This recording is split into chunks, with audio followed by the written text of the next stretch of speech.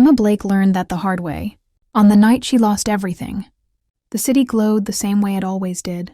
Neon lights, champagne laughter, red carpets stretched like promises. The premiere of Golden Ashes was meant to be Emma Blake's coronation. Critics already called her the soul of a generation, the girl who could cry without tears and smile without joy. She stood at the center of it all, a scarlet gown flowing like fire, cameras exploding with white light. She smiled because that was her job. Behind the smile, her world was cracking. Inside the theater, Emma watched the film in silence. She barely recognized herself on screen. Not because the performance was bad, but because it had been stolen. Every scene, every emotional beat, every risk she had taken was now wrapped in contracts she had never agreed to. The studio had recut the film. Her character's complexity was stripped away. Her strongest scenes handed to a male co-star whose name meant profit. When the credits rolled, applause thundered. Emma didn't clap. She stood, walked out, and didn't look back. That same night, her agent stopped answering calls. The director avoided her eyes. And by morning, the headlines hit. Emma Blake. Difficult, ungrateful, uninsurable. Hollywood turned on her overnight. The fall. The offers disappeared first. Then the invitations. Then the friends. Emma sat alone in her hillside home, overlooking Los Angeles like a kingdom she had been exiled from. The house was quiet. Too quiet for someone who once lived on film sets and award circuits. Scripts that once arrived daily no longer came at all. She was 32, and finished. Or so they thought. What the public never saw was the meeting that happened 3 weeks after her career. Collapse in a quiet diner off Mulholland Drive, far from paparazzi. A woman sat across from Emma. Older, calm, dangerous. Her name was Vivian Cross, former studio executive, blacklisted, erased. They didn't just destroy your career, Vivian said, stirring her coffee. They erased your voice. Same thing they did to me. Emma didn't speak. Vivian leaned closer. But Hollywood has a weakness. It runs on secrets, and secrets rot. That was the moment Emma stopped mourning and started planning. For 6 months, Emma disappeared from the public eye. No interviews, no sightings, no social media. The industry assumed she had broken. In reality, she was rebuilding. Vivian introduced her to people Hollywood never talks about. Former assistants, editors, junior lawyers, writers who were silenced, actors paid in promises instead of money. Emma listened. She recorded. She collected. She learned how studios manipulated contracts, how reputations were destroyed through planted stories, how careers were traded like currency.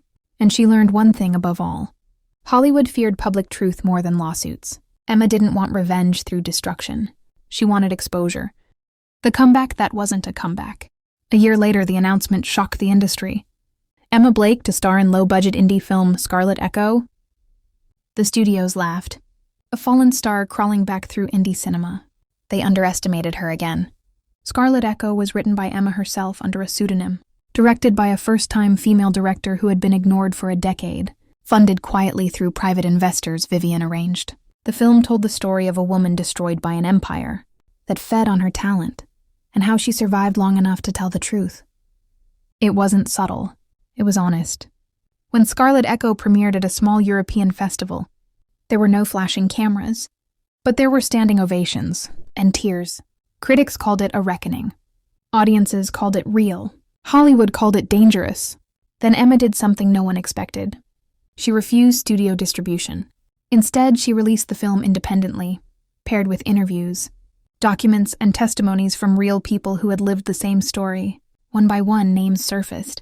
Executives, producers, power brokers, not accusations. Evidence, emails, contracts, recordings.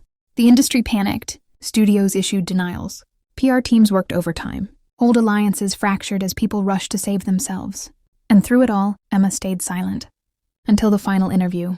The moment of truth. The camera zoomed in. No makeup, no glamour. Just Emma. I didn't want revenge, she said calmly. I wanted honesty. But when honesty threatens power, power calls it revenge. She looked straight into the lens. You took my voice. I found it again, and I'm not the only one. The interview went viral. The movement followed. Actors spoke out. Writers demanded transparency. Studios faced investigations. Careers built on silence collapsed under the weight of truth. Emma Blake was no longer a fallen star. She was a symbol. Months later, Emma stood on another stage. Another award night. This time there was no scarlet gown. Just a simple black dress. She won Best Actress. As she held the trophy, the room was silent. "This industry taught me how to pretend," she said. "But it also taught me how to survive." She paused. "To everyone who was told to stay quiet, this is your echo." She stepped back. The applause wasn't thunderous. It was something stronger. Respect. Epilogue. Hollywood still shines, still lies, still dreams, but somewhere beneath the lights, a new rule exists now. Talent is no longer enough. Truth matters. And Emma Blake? She didn't burn the system down. She exposed it to the light and watched it change.